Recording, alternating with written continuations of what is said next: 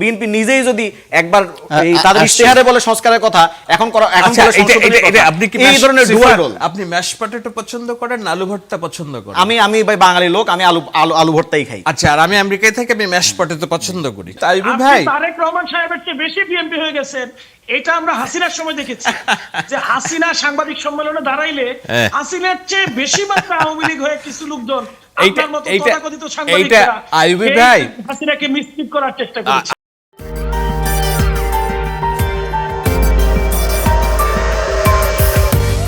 এই দুইটা অধ্যাদেশের ক্ষেত্রে বিএনপির কোনো নোট অফ ডিসেন্ট নাই। First of all supreme court সচিবালয় অধ্যাদেশ জুলাই জাতীয় সনদের 52 নম্বর ধারায় 52 নম্বর দফায় কিন্তু এইটা নিয়ে আলাপ আলোচনা করা আছে এবং সেখানে বিএনপির কোনো নোট অফ ডিসেন্ট নাই।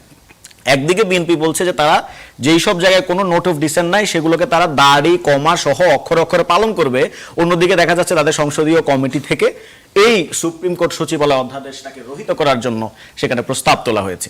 আচ্ছা, এখন এই সুপ্রিম কোর্ট সচিবালয় অধ্যাদেশ কেন প্রয়োজন? সেটা হচ্ছে আগে আমরা দেখতাম যে অধস্তন আদালতের যারা বিচারক ছিল তাদের বদলিজনিত কারণ, তাদের পদোন্নতি কিংবা তাদের রায়কে প্রভাবিত করতে হচ্ছে আইন মন্ত্রণালয়, এবং বিএনপির অসংখ্য নেতাকর্মী এটা শিকার হয়েছেন। তৎকালীন আইনমন্ত্রী ফোন দিয়ে যদি জামিন করাইতো তাহলে জামিন হইতো, নাহলে জামিন হইতো না, এ ধরনের একটা ব্যবস্থা ছিল। তো অন্তর্বর্তীকালীন সরকারের যদি অসংখ্য ড্রব্যাকস থাকে, সেটব্যাকস থাকেও, তার মধ্যে একটা গুরুত্বপূর্ণ কাজ হচ্ছে কিন্তু এটা যে সুপ্রিম কোর্টের জন্য আলাদা করে সচিবালয়টাকে প্রতিষ্ঠা করা। তো বিএনপি তার কোনো জুলাই সনদে 52 দফার মধ্যে এই ব্যাপারে তার কোনো নোট অফ ডিসেন্ট নাই। ইনফ্যাক্ট বিএনপির রাষ্ট্র মেরামতের 31 দফা রূপরেখার মধ্যে কিন্তু এই সুপ্রিম কোর্ট সচিবালয় প্রতিষ্ঠা করার ইশতেহার রয়েছে, ঘোষণা রয়েছে। আজকে সেই অধ্যাদেশ রহিত করার জন্য সংসদীয় কমিটি থেকে প্রস্তাব করা হচ্ছে। আরেকটি গুরুত্বপূর্ণ অধ্যাদেশ কোনটা? সেটা হচ্ছে সুপ্রিম কোর্টের বিচারক নিয়োগের যে অধ্যাদেশটা। এতদিন আমরা যদি দেখতাম, আপনি যদি সংবিধানের আপনি যদি আর্টিকেলগুলো মিলাই পড়েন 48, 3 এবং হচ্ছে 95, তাহলে মনে হবে যে আসলে বিচারপতি নিয়োগ দেন, সুপ্রিম কোর্টের বিচারপতি নিয়োগ দেন হচ্ছেন প্রধানমন্ত্রী, রাষ্ট্রপতি এবং বলা হয় যে প্রধান বিচারপতি পরামর্শক্রমে, এগুলো কিছুই না, বরং নিয়োগটা দেন হচ্ছে বেসিক্যালি প্রধানমন্ত্রী। এইটাকে বাদ দেওয়ার জন্য, এইটাকে আটকে দেওয়ার জন্য, নিয়ন্ত্রণ করার জন্য এই অধ্যাদেশটা প্রণয়ন করা হইলো এবং সেখানে আপনার কাউন্সিল গঠন করা হবে। সেই কাউন্সিল বেসিক্যালি বিচারক অ্যাপয়েন্ট করার জন্য রাষ্ট্রপতির কাছে পরামর্শ বা প্রস্তাব প্রদান করবে। অর্থাৎ খুব ভালো ভালো কিন্তু কিছু কথা এবং সংস্কার সেখানে রয়েছে। আপনি যদি বিএনপির 31 দফা রাষ্ট্র মেরামতের রূপরেখা দেখেন, সেখানেও কিন্তু তারা বিচারপতি নিয়োগ করার জন্য অনেক গুণাবলী সম্পন্ন। তাহলে বিএনপি কেন এখন ভিন্নভাবে ভাবছে বলে ভাই, সেটা তো শাহেদ আলম ভালো বলতে পারবেন। যে আপনি ধরেন অন্য সকল অধ্যাদেশ আমি বাদ দিলাম, এই যে দুইটা অধ্যাদেশের কথা বললাম, এই দুইটা অধ্যাদেশের ব্যাপারে বিএনপির রাষ্ট্র মেরামতের 31 দফা রূপরেখার মধ্যে এটার পক্ষে বলা আছে যে তারা ক্ষমতায় আসলে এগুলো করবে। এখন যে 2/3 মেজরিটির কথা শাহেদ আলম ভাই বলছেন, যে 2/3 মেজরিটির বলে এখন বিএনপি তাহলে জনগণের সাথে গণপ্রতারণা করবে? জনগণকে যে ইশতেহার তারা দিয়েছিল, যে 31 দফা রূপরেখাকে তারা বেদ বাক্য মনে করে, সংবিধানের চেয়ে উপর হয়তো মনে করে ফেলে এবং বারবার বলে যে আমরা সংবিধানে এই পরিবর্তন আনবো, তাহলে বিএনপি এখন হঠাৎ করে জনগণের সাথে এই গণপ্রতারণা কেন করছে? আপনি যদি জানলেন বিষয়টা, তাহলে আপনি তো এখন বলতে হবে যে বিএনপি এটা জনগণের সাথে গণপ্রতারণা করছে। আপনি যেহেতু বলছেন যে সালাউদ্দিন আহমেদ ভাই ওই যে প্রতারণার কথা বলছে, জুলাই সনদ বাস্তবায়ন আদেশ একরকম দেখেছে, সাইন করেছে আরেক রকম, এটা যদি প্রতারণা হয় এবং এই কথাকে যদি আপনি সমর্থন করে থাকেন, এখন আমি যেভাবে উপস্থাপন করলাম, আপনি নিজে যদি এখন গুগল করে চেক করে দেখেন, বিএনপি রাষ্ট্র মেরামতের 31 দফা রূপরেখার মধ্যে আপনি ওটাকে প্রতারণা বলেন। আমাদের সঙ্গে অপেক্ষা আছে। আমি ছোট্ট একটা উত্তর দেই, সেটা হলো যে এখন ওইটাকে আমি বলি যে পার্সপেক্টিভ, দৃষ্টিভঙ্গি। হ্যাঁ, এখন অলরেডি 20টার মধ্যে 16টার আপনার স্বয়ংক্রিয়ভাবে বাতিল হয়ে গেছে। এটা সাংবিধানিকের যে একটা সময় ছিল, সে সময় বাতিল হয়ে গেছে। তারপরেও বিএনপি বলেছে যে এই 16টা যেটা স্বয়ংক্রিয়ভাবে বাতিল হয়ে গেছে, অটোমেটিক্যালি বাতিল হয়েছে, এইগুলো নিয়ে আমরা পরবর্তীতে আরো আলোচনা করে বিল আকারে উত্থাপন করব। আর যে 4টি ব্যাপারে জামাত নোট অফ ডিসেন্ট দিয়েছে যে কেন এই 4টি উঠানো হবে না, আমাদের বক্তব্য হলো 4টির মধ্যে আপনি গুম প্রতিরোধের একটা কথা বলেছেন, তাই না? আপনার কথার সাথে একমত। এই বিষয়টাকে অধিকতর পর্যবেক্ষণ করে আমরা বিল আকারে উত্থাপন করব। শুধু গণভোট অধ্যাদেশটা, ওটা বলা হয়েছে, একজন বক্তা মনে হয় বলছে, সেখানে রাইটলি বলছে যে গণভোট অধ্যাদেশটা আপনার তার কার্যকারিতা হয়েছে 12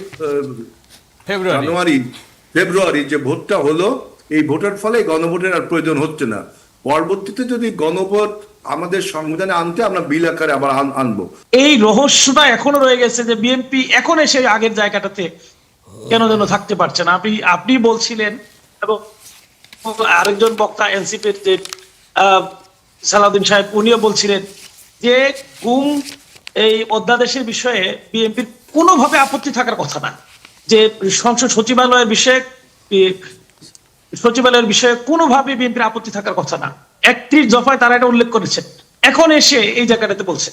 আরেকটা বিষয় বলছেন যে 20টার মধ্যে 16টা, হেলাল ভাই বলছেন 16টা ইতিমধ্যে ল্যাপস হয়ে গেছে অথবা ইতিমধ্যে তাদের কার্যকারিতা হারিয়েছে। তাহলে এই সংসদটাকে এত বিলম্বিত কেন করা হলো? পরিকল্পিত ভাবে এগুলো যাতে ল্যাপস হয়ে যায়, এগুলো যাতে কার্যকারিতা হারায়, সেই দিকে নিয়ে যাওয়া হলো।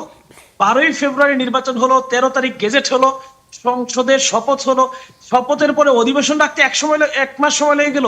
আমি আসলে দুইজনের কথাকেই কাউন্টার করব। শাহেদ আলম ভাই বলেছেন এবং আজিজুল বারী হেলাল ভাই উনিও একটা কথা বলেছেন যে গণভোট অধ্যাদেশটা যেহেতু আর ভবিষ্যতে গণভোট অনুষ্ঠিত হবে না এই বিষয়ের উপরে, এবং গণভোট যেহেতু অনুষ্ঠিত অলরেডি হয়ে গেছে, কার্যকর হয়ে গেছে, সুতরাং এটা তামাদি এবং অপ্রাসঙ্গিক, এটাকে নতুন করে আইন করার প্রয়োজনীয়তা নেই। এটা হচ্ছে তাদের যুক্তি, এবং এই যুক্তি সপক্ষে অনেকে অনেক লেখালেখি করেছেন।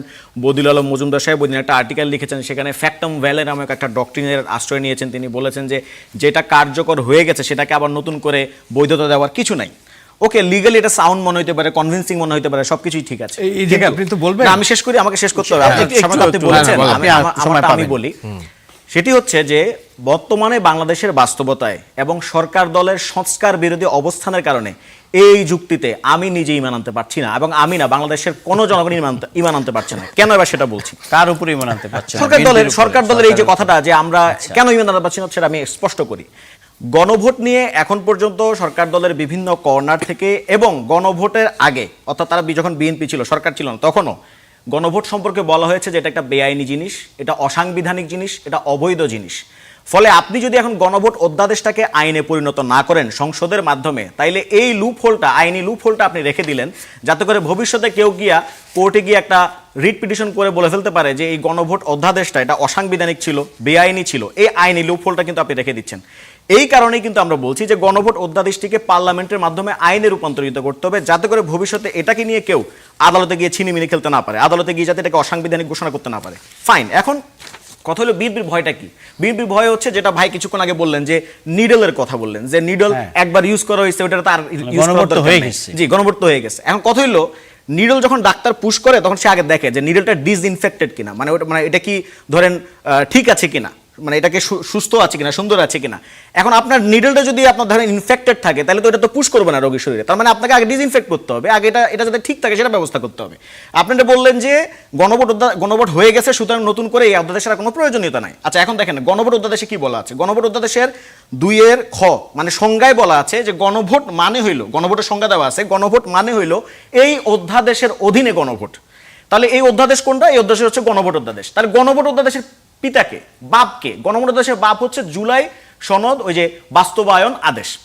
তার মানে এই আদেশের অধীনে, এই অধ্যাদেশের অধীনে নতুন করে আবার গণভোট হওয়ার কোনো পসিবিলিটি নাই, এটা এই আইনেই বলা আছে। যদি নতুন করে কোনো গণভোট হইতে হয়, সেটা যেহেতু সংবিধানে 142 অনুচ্ছেদে যে গণভোটটা রেস্টোর্ড হয়েছে সেটা অনুযায়ী গণভোট হইতে পারে, কিন্তু এই অধ্যাদেশের অধীনে নতুন করে গণভোট হওয়ার কোনো সুযোগ নাই। বিএনপি এটা একটা জুজুর ভয় দেখাচ্ছে যে না, নতুন করে আবার যদি গণভোট অনুষ্ঠিত হয়ে যায়। আচ্ছা, তারপরে যদি আপনাদের এই সাংবিধানিক ভয় থাকে, এই কনস্টিটিউশনাল ফিয়ার থাকে, তাহলে আপনি গণভোট অধ্যাদেশটা পাশ করেন একটা সংশোধনী সহ, গণভোট অধ্যাদেশে একটা লাইন জাস্ট যুক্ত করে দেন যে সংবিধান সংস্কার পরিষদের গঠনের পরপরই স্বয়ংক্রিয়ভাবে এই গণভোট অধ্যাদেশটি বাতিল হয়ে যাবে, অকার্যকর হয়ে যাবে। এই কথাটা লিখে যদি আপনি পাশ করে দেন, তাইলেই তো হইলো। তাইলে আপনারা নতুন করে তো আর নতুন করে গণভোট অনুষ্ঠিত হওয়ার কোনো সুযোগ নাই। কিন্তু বিএনপি এই কাজটাও করবে না। ফলে বিএনপি যখন এই যে গণভোট নিয়ে এখন ছিনিমিনি খেলছে, না এটা আইন করার প্রয়োজন নাই, এটা মূলত জনগণের সাথে প্রতারণা এবং ছল ছাতুরি। এই ছল ছাতুরি করে বিএনপি জনগণের বেশি বিরোধিতা করবে না। মূল জিনিসটা হচ্ছে ট্রাস্টের সমস্যা, আস্থার সংকট। কার উপর? সেটা যেমন বিএনপিও তাদের উপর আস্থা রাখতে পারছে না। এত বড় ল্যান্ডস্লাইড ভিক্টরি, জনগণের উপরে তো বিএনপি আস্থা রাখে না। জনগণ তো তাদের বিএনপির পক্ষে আছে বলে তো 220টা আসন। এই তো এখন তো প্রতারণা শুরু করে দিল। নো ইটস নট প্রতারণা। ইশতেহার বিষয়টা হলো, আপনি বলুন, যদি কান দৌড়ানোর আগেই যদি বলে আমার কান নিয়ে গেল, আমার কান নিয়ে গেল, আমার কান নিয়ে গেল, তো গণভোট হচ্ছে কান, তো কারা চিৎকার করছে যে আমার কানটা নিয়ে গণভোট নিয়ে গেছে, গণভোট নিয়ে গেছে, গণভোট নিয়ে গেছে। আমরা তো গত 4-5 দিন এটাই শুনছি। It's a panic. গণভোট কোথাও যায় না। প্যানিকটা কি এমনি তৈরি হচ্ছে নাকি বিভিন্ন সদস্য বা মন্ত্রীদের বক্তব্য থেকে উৎসারিত? ইটস ভেরি সিম্পল, বাট এটা প্যানিক ক্রিয়েট করা হচ্ছে from the wasted group, from the unholy Nexus, যারা ওই বলে না যে সংবিধান ছুড়ে ফেলে দাও, এটা আমার লাগবে না, ওইটা আমার লাগবে না। হ্যাঁ, সংবিধান সংস্কার পরিষদ গঠন করেন, ওইখানে সংবিধান নিয়ে আলাপ হবে, জাতীয় সংসদে তেল সহ অন্যান্য সম্পদ নিয়ে আলাপ হবে, সেটা তো করছেন না। গঠনে সম্মত হয়েছে না, না, দুইটা দলই। এটাও ভুল। আমি একটু এক মিনিট সময় নিচ্ছি। আপনারা বলছেন যে সংবিধান সংশোধনের জন্য কমিটি, কেন সংবিধান সংশোধন কেন হবে? সংবিধান সংশোধন তো অর্ডিনারি পার্লামেন্টারি প্রসিডিউরেই করা যায়। সংবিধান সংশোধনের জন্য তো আলাদা করে কমিটি লাগে না, যে কোনো অর্ডিনারি পার্লামেন্টারি প্রসিডিউরে সংবিধান সংশোধন করা যায়। আমরা বলছি সংস্কারের কথা, সংবিধান সংস্কারের জন্য আপনার ওই যে সংশোধনী কমিটি দেওয়া হবে না, কারণ সংশোধনী কমিটি বা সংশোধনী অর্ডিনারি পার্লামেন্টারি প্রসিডিউরে বেসিক স্ট্রাকচারটাকে ক্ষুণ্ণ করে এমন কোনো সংশোধনী আনা যায় না। আর বিএনপি নিজে তার রাষ্ট্র মেরামতের 31 দফা রূপরেখাতে বলেছে সংবিধানকে সংস্কার করা হবে, সংশোধনের কথা কিন্তু বলে নাই। এখন বিএনপি নিজেই যদি একবার তাদের ইশতেহারে বলে সংস্কারের কথা, এখন আপনি কি এই ধরনের ডুয়াল রোল, আপনি ম্যাশ পটেটো পছন্দ করেন না আলু ভর্তা পছন্দ করেন? আমি ভাই বাঙালি লোক, আমি আলু ভর্তাই খাই। আচ্ছা, আর আমি আমেরিকায় থাকি, আমি ম্যাশ পটেটো পছন্দ করি, কিন্তু জিনিসটা একই। নো কোনোভাবে একই না।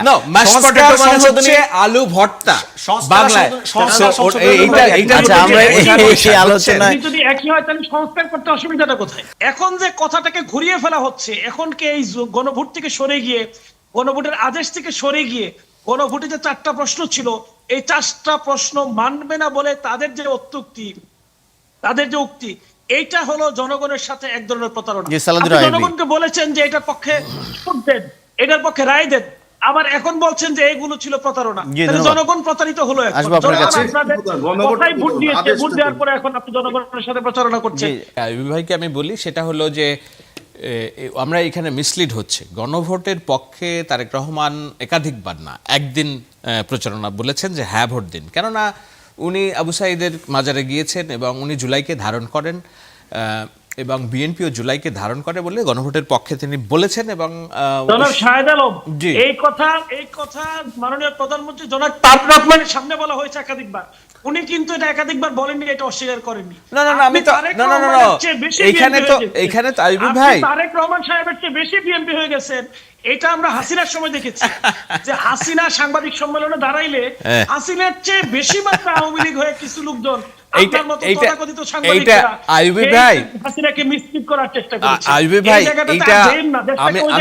আমি বলি আইবি ভাই, এই অভিযোগটা আমার বিরুদ্ধে, আমি যে তারেক রহমানের চেয়ে বেশি বিএনপি, এই অভিযোগটা আপনারা খুব ভালোবাসা থেকে আমার উপর করেন, এটা আমি জানি, বুঝি, এবং এটা আমি স্বাভাবিকভাবেই নেই। এটা আমার বিরুদ্ধে যে একটা আনহোলি নেক্সাসের সংঘবদ্ধ প্রচারণা আছে অনলাইন গোষ্ঠীতে, সেইটা আপনারা অ্যাডপ্ট করেছেন, আপনি জানি। কিন্তু আমি দেখি সোজা চোখে বাংলাদেশ, হ্যাঁ, যেটা হলো যে ইয়েস, আমি ব্যক্তিগতভাবে বলেছি যে গণভোটে না জয়যুক্ত হলে বাংলাদেশ গ্রিক হাত থেকে বেঁচে যাবে নির্বাচনের আগে। আপনাদের মনে আছে কিনা সেটা নিয়ে বিতর্ক হয়েছে। বিএনপি দলীয়ভাবে গণভোটের পক্ষে প্রচারণা চালিয়েছে। না ভোট জয়যুক্ত হলে বাংলাদেশ গ্রিক হাত থেকে বেঁচে যাবে কেন বলেছিলাম? আমি বলেছিলাম যে নির্বাচনটা হলো সংস্কার কেন্দ্রিক যে নাটক ঐক্যমত্য কমিশনের, যেটাতে আসলে কোনো ঐক্যমত্য হয়নি, নির্বাচনটা হলো সেই নাটকের একটা বিরতির পর রাস্তায় যে বিরোধী দল নামবে যদি হ্যাঁ ভোট পাশ হয়, আর যদি না ভোট পাশ হয় তাহলে বিএনপি তার রাজনৈতিক ওয়াদা থেকে স্বাক্ষরিত জুলাই সনদ পুঙ্খানুপুঙ্খভাবে পাশ করতে পারবে, মেনে চলবে, কিন্তু এটা নিয়ে বিরোধিতা করার কোনো জায়গায় পাবে না বিরোধী দল। এইটা রাজনৈতিক দল হিসেবে বিএনপিকে ওই সময় যারা বুঝাইতে ব্যর্থ হয়েছে, এই ব্যর্থতা তাদের বলে আমি মনে করি। নাও কাম টু দ্য পয়েন্ট, গণভোট তো মানছে না বিএনপি এমন তো না বিষয়, গণভোটের রায় তো তারা মানছে এবং তারা জুলাই সনদ দেখিয়ে বলছে যে আমরা অক্ষরে অক্ষরে পালন করব। এটা কোথায় করছে না সেটা বিপদ, মানে সেটাই প্রশ্ন।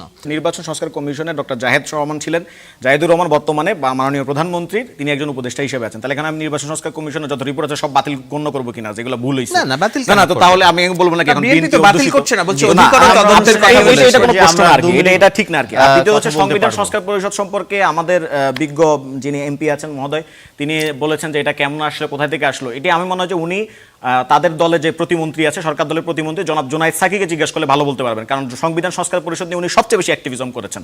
আর একটা কথা আপনি কিছুক্ষণ আগে প্রশ্ন করেছেন, যেটা আনসার আমি দিতে পারি না, সেটা হচ্ছে যে সালাউদ্দিন ভাই যে কথাবার্তা বলেন, তিনি কি আসলে ওয়ান ম্যান আর্মি হয়ে গেছেন কিনা বিএনপির তরফ থেকে, এবং আমরা কেউ আনসার দিতে পারছি না। ব্যাপারটা আসলে এরকম না যে আমরা আনসার দিতে পারছি না। আমার বরং মনে হয় যে সালাউদ্দিন আহমেদ সাহেব, অর্থাৎ বর্তমান মাননীয় স্বরাষ্ট্রমন্ত্রী, তিনি হচ্ছেন যে লোনলিয়েস্ট ম্যান ইন বিএনপি। কেন? কারণ অন্যান্য যত মন্ত্রী যখন কথাবার্তা বলেন তখন কোনো না কোনো একটা ভুলভাল ব্লান্ডার করে ফেলেন। যেমন আপনি ধরেন আইনমন্ত্রীর কথা বলেন, আইনমন্ত্রী কথা বলতে গিয়ে বলে যে জুলাই সনদ হচ্ছে 3 জোটের রূপরেখা।